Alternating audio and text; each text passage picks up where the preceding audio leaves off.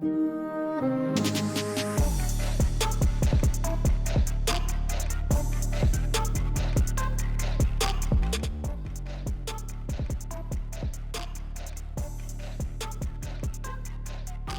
morning. It is Tuesday at NRF. It is Tuesday. It's hard to remember. Early in the morning, and I'm very lucky to have Joe together with us from Intel because, like every year, we are making a kind of walkthrough and see what is being driven by retail, what kind of by Intel, what kind of new impulses is coming for technology. And I heard there is a new release about an experiential area which is called Area 15. We will listen about that one. But first, let's make a kind of walkthrough of what is coming from Intel this year. Okay. What we're seeing in retail is there's this hyper convenience. It's been a big focus for the last few years with tech into retail, but people are realizing now this other side that shoppers still like to shop. There was a survey of under 30 shoppers that came out last year, and 83% of shoppers under 30 want to go to the store. They want to experience the products, and they actually talked about a digital escape and kind of getting away from the purely digital world. But those shoppers are expecting experiences which are interesting and compelling. This is a design your own custom sweater concept. The other thing that's really key on this one is it's all about sustainability. So they're either using natural fabrics, and they've got this all the way to point of origin of the which field the sheep grazed in, and then if it's synthetic fibers, it's all recycled. And inside each garment, it's 10 days from the time you specify to you get it. There's a serial number inside the garment that gives you the exact origin of all the fibers used in that garment. So very big focus on kind of a couple really on-point trends, which is customization. And then that sustainability. And traceability. Yeah, traceability. And again, sustainability, because they don't want to use synthetics that are not. And if you look at the news, depending on who you read, either the number one or number two contributor of microplastics in the ocean are actually garments. And so it's not the bottles that you think of, it's the garments that break down quicker. This one is a really key technology for retailers. And this one I think we're going to see scale quicker because retailers can really objectively measure their shrink or their theft. And this is really designed to try to help you reduce that shrinkage or theft by coupling a camera with the barcode scan. The real value of this demo, though, has nothing to do with loss prevention. It has to do with the Open Retail Initiative and the ability to integrate various partners and share data between those partners to drive business value. So what we do here is we have a quick demo I'll show you. Scan our ranch. We'll go ahead and scan our oil. And we have our solutions here. Now the computer vision is powered by Edgify. So I'll go ahead and try to steal my frosted flakes. Computer vision picks it up, as you can see on the dashboard. I didn't scan the item. I'll pass it over. So the computer vision will flag it, and also the shekel scale will flag it as a weight-based anomaly. So we've got a multi-tier anomaly that needs to be remediated. And this would be for a self-checkout. You could come over, assist the customer, and then clear the issue. The value here is, as I said, we've connected various sensors. So the point of sale would be a sensor, the camera's a sensor, the scale's a sensor, and also the RFID. So we integrated all these solutions. The quickest one was about two and a half hours, and the longest one was about 2 weeks, and then we had data availability to do business cases and drive value for the business. And this really extends. If you look at all the tech coming into a store now, if you want to bring more and more sensors and more experience, you can't really have 6, 8, 10, 20 different discrete platforms in the store. There's not space for that. It's too hard to manage. And so what we believe is that you're going to see more and more of these workloads roll onto a common compute platform. Yeah. And this is the software foundation and architecture that enables that easy integration. This is from China. They're actually deploying in China, and this is designed primarily for self-checkout. And if you go into China, especially in the developed cities, the tier 1 cities, nobody has patience for any kind of delay or friction. And this allows you to much more quickly, and again, no customer is as quick to check out as a staff person, but you can have a whole bank of these, and so nobody has to wait to go start checking out, and consumers really like it. So can you really quick? Because here we do have a different payment system, traditional by the credit card or by the facial payment. By pressing this facial payment, when the customer walk in, they already recognize, so they can just face in the camera. This machine is based on the i5 CPU, and they can very poor accelerating for the image and the video processing to improve and also lower down the cost. So combination with the hardware or the security device, they still have to keep the traditional payment system. You're going to see more and more lockers as well, smart lockers. And up until now, the smart lockers in the U.S. especially are really owned. Amazon's dropping lockers, and you're seeing increased traffic. So stores are seeing a value to put a smart locker out front, even in Amazon, just because people show up and then they come in the store as well.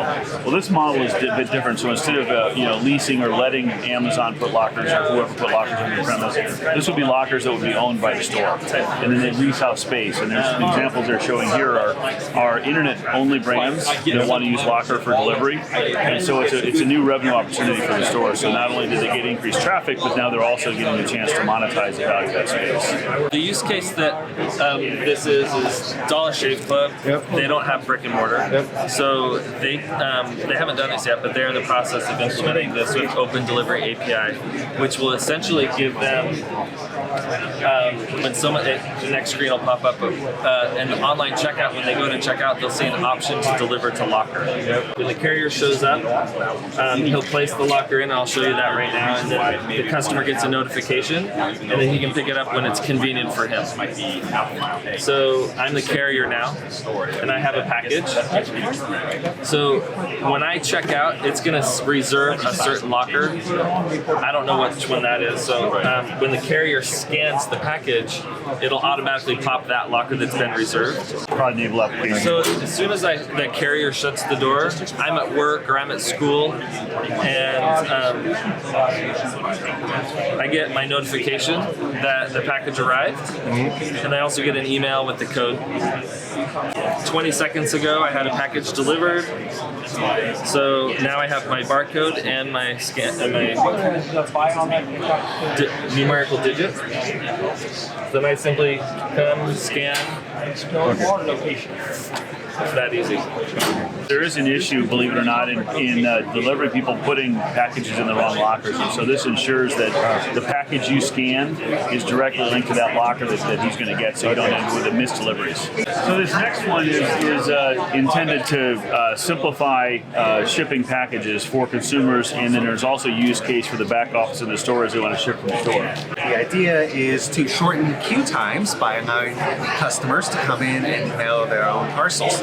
So let's suppose you've got this express post parcel here. I've written out the address label, and the idea is come over here. I'll say I'm sending in Australia, sending a parcel. We put this on the scale, and I don't have to measure the dimensions because we've got an Intel RealSense 3D camera, and we've recognized that it's 220 by 160 by 70 millimeters, and it's 0.09 kilograms, and it will scan the address.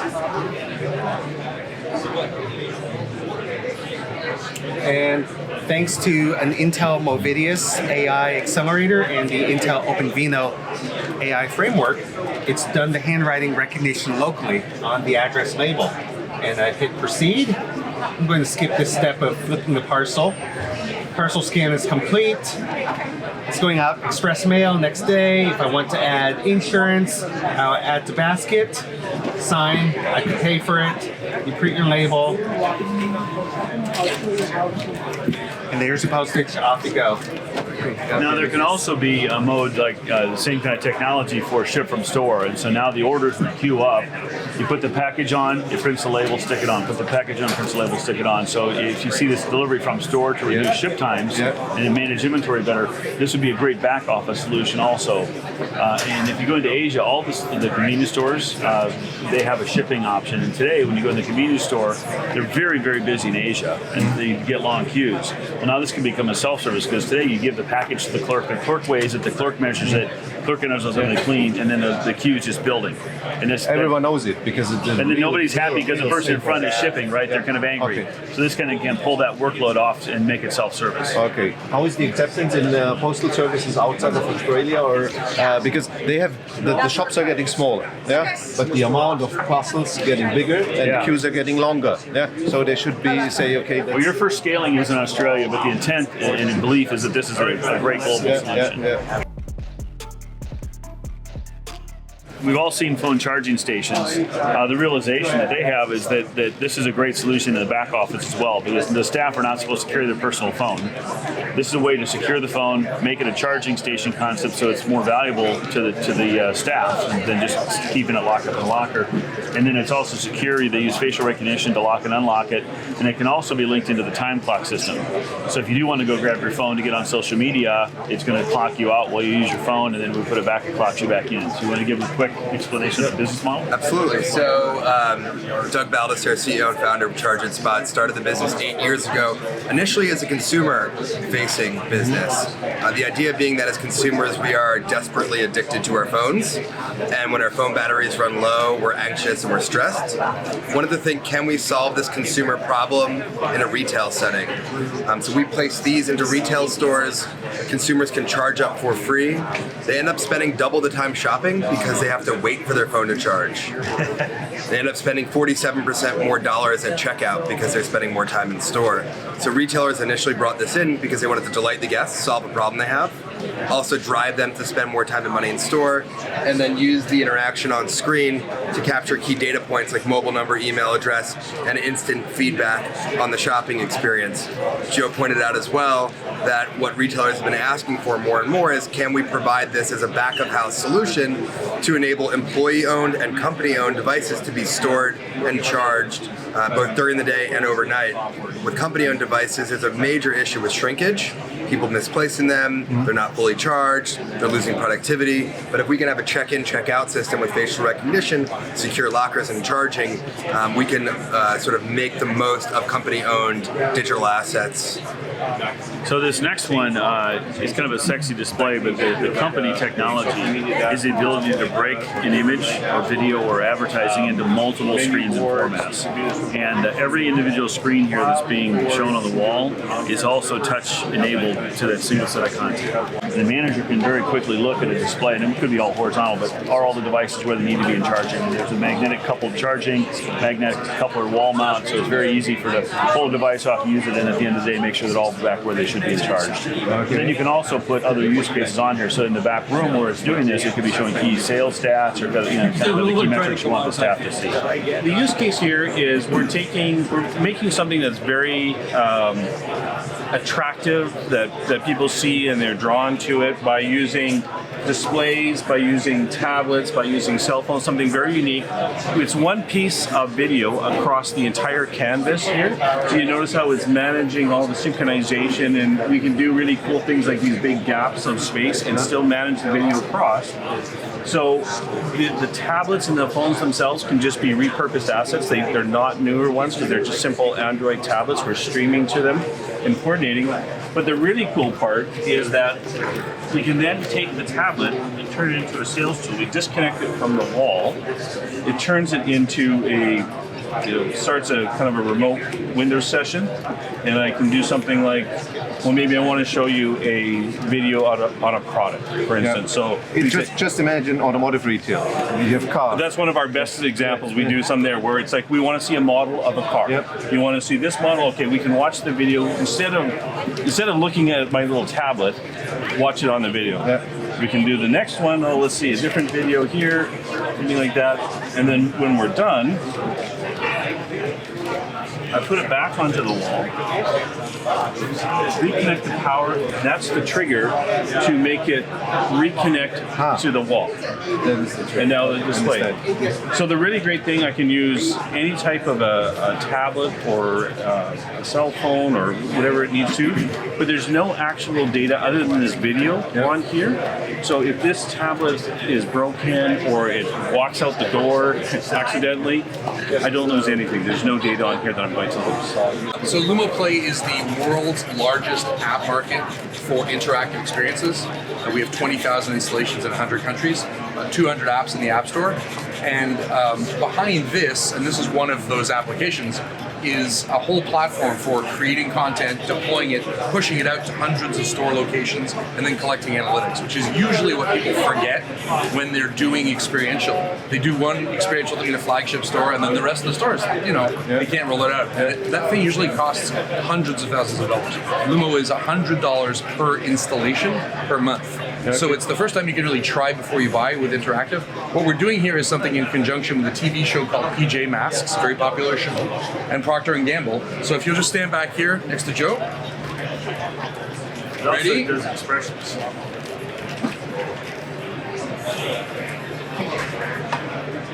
See, it reads your mind. You're tired of all these pitches. So what we're doing here is using an Intel RealSense camera. Inside here, there's an Intel Nook. We're a software company, so we make hardware. But for this installation, this is going to print out something that gives you a souvenir, but there's also a QR code on it. And so if you're in a store, like in the shopping center, you can see the QR code, it can then coupon you to the merchant, and then in the merchant you can have wayfinding apps to find the product, and then at the retail checkout, something to keep you entertained so you don't abandon your purchase. So in this case, here's a wonderful souvenir. There's your little face down here in the corner. Okay. In the application we're doing, which is rolling out at Walmart next month, the customer will scan this and they'll get a coupon code or some other incentive that drives the purchase forward. And we have the analytics to see how many people did this, how many people tracked the code, how many people redeemed it. And so what we're really doing is transforming what's possible in retail interactive experiences by getting the cost to try way down, $100 a month. Nobody's getting fired if that doesn't work. And then building all the back-end systems that allow you to do content creation in the cloud. We actually have a patent for people to create content with brand assets and push it out in the form of games. So if you've ever gone to a mall and there's like a fish pond on the floor and you walk through and the fish swim away, usually us. If you've ever seen things where people throw balls at the wall and blocks break or signs reveal messages, usually us.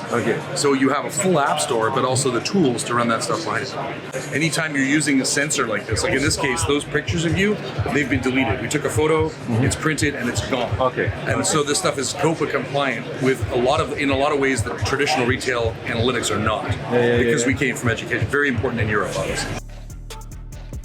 What you guys are looking at right now is the Looking Glass 8K Immersive Display. It is the largest and highest resolution holographic display in the world right now. So we're just showing how you can customize products in real time. So let's say in the retail future, car dealerships have downsized significantly. You can still show personalized models in a really immersive and engaging way. You don't have to do that for consumers. You could have a mouse, you could have a keyboard. There's more simple UIs that you could do, but it also allows you to see that 3D. And it's a pretty amazing display technology. I mean, I don't know if the camera catches it, but it's a really good 3D effect. Definitely. And anything that you can do to make that experience of visual more compelling to the consumer is going to be more effective. They'll pay more attention. Now that we have seen many things at Intel, which Intel is doing together with some partners, let's speak about Area 15. Area 15. Experiential Retail area.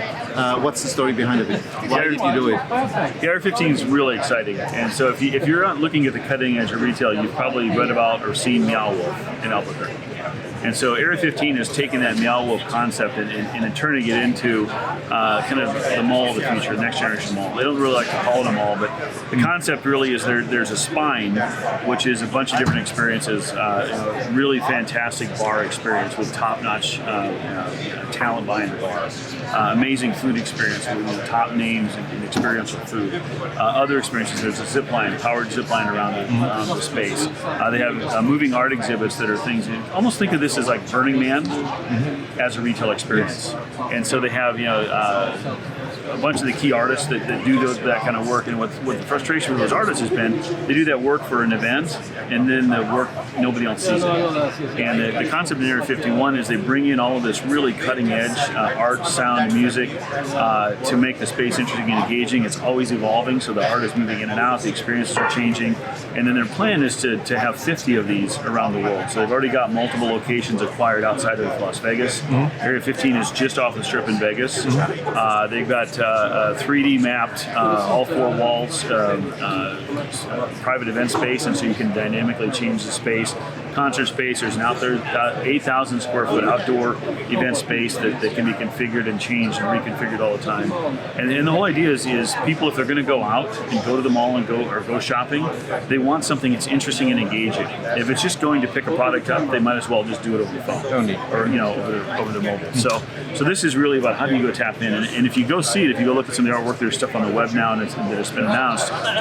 It's way out there, way over the top. And if you've ever read about Burning Man, it's kind of like Burning Man indoors. People want to shop. People like the entertainment value of shopping. People say, hey, let's go to the mall this afternoon.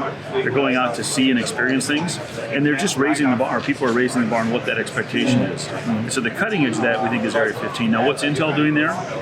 We think that retailers really need to understand and embrace this cutting edge of experience. And so there's Area 15, but they've got additional spaces there for artists and artists in residence and Intel to help them meld technology into the art so that this can become a technology that can be useful to retail, can have a scalability aspect to it, so it's not just a one-off experience, but you could be a retailer or brand with a large footprint, and you could create an experiential element that could then scale across your entire footprint. Brands can participate. You can also other technology partners like you have here participate. Exactly. The idea is how do we take this concept and this artistic and this interesting element? You might test it in Area 15.1 to prove out that it's going to deliver what you want, and then we can work in the hub together to turn that into something that's a really scalable solution. What is the model behind of it? It might not be just or not be any more sales per square foot.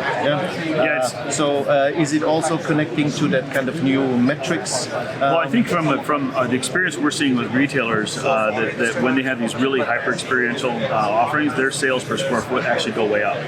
And so you might be surprised. You look like the Meow Wolf, and there's public data out there that you can find on their sales, but their sales are way more per square foot than retailers that have more traditional offering. And if you look around, it's kind of hard to even see what they're selling. But it's amazing the results that they get. So I think in terms of results, we really believe it's going to drive results. In the hub itself, we'll have invited artists in residence. Intel's helping, and we'll bring in partners to help. But it's not really an open space. It's really a lab where things are being built, under NDA and built. Those kind of things. But it really, for Intel, we don't sell directly to retailers. It's about how do we bring the best of breed partners together. And this with the hub at Area 15, we're bringing in that artistic element to do the creative now to help bring that experience level up for retail. Okay, and what kind of other areas or locations are on the plan yet? They're going to open up for the event spaces in late February. They're going to have all of the retail tenants will be up and running by November in time for the holiday season. And they're going to start opening stores, I think, starting in May.